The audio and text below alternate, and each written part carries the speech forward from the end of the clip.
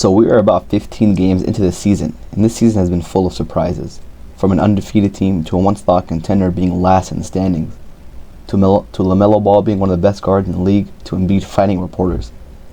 This season has gotten off to a fiery start for some teams and a sad one for others. In this vid, we will go into the biggest surprises this season so far. Number 1. The Cleveland Cavaliers prior to the start of the season were always looked at as a good team, not a title favorite though, but could make some noise. They brought back most of the same team from last year and hired Kenny Atkinson. Last season they were 20th in points per game, 22nd in pace, 18th in offensive rating. So they struggle on offense, but were really good on defense. But so far this season they are first in offensive ratings and points per game, while still being excellent on defense. Their stars and role players have played in almost all of the games, and have 6 players averaging double digits and have changed their style of play, which leads them to being undefeated at 15-0. The Golden State Warriors prior to the season were a team of mystery, parting ways with longtime star Klay Thompson, along with tension between Kuminga and the front office, raised some questions like how will this team look without Klay, or how will Kuminga take that next leap. And so far this season they have smashed every expectation, even the wildest ones. They are first in the West and are 3rd in points, 5th in pace, 4th in offensive rating, and 5th in defensive rating. They are a top 5 team in pretty much every important category. Steph Curry has looked great, and Buddy Hield has replaced Klay and is playing just as good, if not better. Kuminga has been alright though, and really hasn't taken that next leap. And they look great without their star player Steph Curry when he was injured for a couple games. But the real reason why they are doing so well is that they are playing deep. Steve Kerr has shown us this during the Olympics, but now he has brought it to the Warriors. Their stars like Curry and Draymond are playing less than 30 minutes a game. But due to that, everybody on the squad is getting meaningful minutes, which has led to averages going down, but has led to them playing faster because everybody has fresh legs. Anthony Davis has been a true MVP candidate, really taking charge and moving this offense forward. He's averaging 31 and 11 and 2 blocks while shooting the best he has of his career and shooting 40% from 3. Much better compared to last season in which he averaged 24 points and shot 27% from 3. He also has been healthy. The past 3 seasons he's played 36 games, 40 games, and 56 games. But last year he played 76 games, and so far this season he has only missed 1 game, which has led his team to being 5th in the West and being 5th in offensive rating, and has really turned around the Lakers. If he keeps playing like this, it looks like AD's making an assertive effort too, bro. Like he's calling for that shit. Man, this looks like AD in New Orleans a little bit. Like he's being not just dominant, but he's being a lot more assertive. And when he get it, he ain't passive. He's thinking shot first, attack first. Then when they double, then he playmaking. Hey, bro, listen, he's on line to be the MVP. Before I get to the negative surprises, I have some honorable mentions. LaMelo Ball has been healthy, averaging 30 points per game.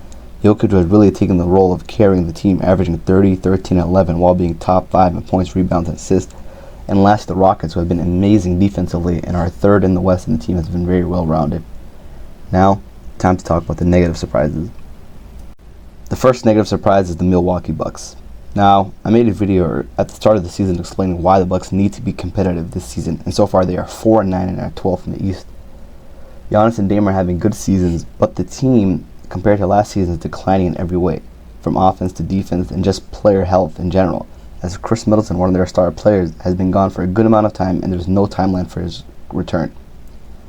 A lot of the heat has been on Doc Rivers, and rightly so, saying he should be fired and let go, and the team has just been a mess. Like Giannis telling the team, if you don't want to be here, you can leave. The Bucks have just been a big failure and an even bigger mess. Kicking. They got so many wide open threes. They were got in the paint. Hey, man, if you don't want to be here, you can leave. If you don't want to be here, you can leave. I'm being honest with you. They played. Another big disappointment is Tyrese Halliburton. The Pacers star is struggling. His points, rebounds, assists, field goal percentage, 3-point percentage, free throw percentage are all down, which has led to the team being 6 and 7, going from 1st in points and pace last year to 14th in points and 18th in pace. And the biggest reason of this is Halliburton, the point guard, who was a facilitator of the squad. Went wrong for you guys at the end of regulation? Just turnovers. I mean, I dribbled off my foot in transition. We turned it over on the side out of bounds. Those are 2 possessions that we can get free throws out of that we messed up. And then just that last play in the corner, I think, we were going to foul, but the way Jalen caught it, it was like he was just going to shoot it right away. So I think Pascal didn't want to foul him, which I thought was the right play, because I thought he would have got called for 3 shots, and Jalen just made a big shot, and then that last possession, just didn't get a good one. Felt like there was a better shot for me to get that I didn't get. When you have that many free throws. Lastly, injuries. We have had so many stars injured, which leads to a bad time watching the NBA. Just this season, we have had injuries to Curry, Ja, KD, Beal, Zion, DeJounte Murray, Lonzo, Paulo, Chet, Embiid, Paul George, Kawhi, Butler, Middleton, Scotty Barnes, Maxey, and a whole bunch of other players. The league is much better when everybody is healthy, so hopefully everybody comes back good to go. So those are my biggest surprises so far this season. Some bad surprises and some good surprises. Speaking of good surprises, we got a great one last year, the NBA Cup, an in-season tournament to spice up the regular season and add intensity back to the league, and it has been an overwhelming surprise.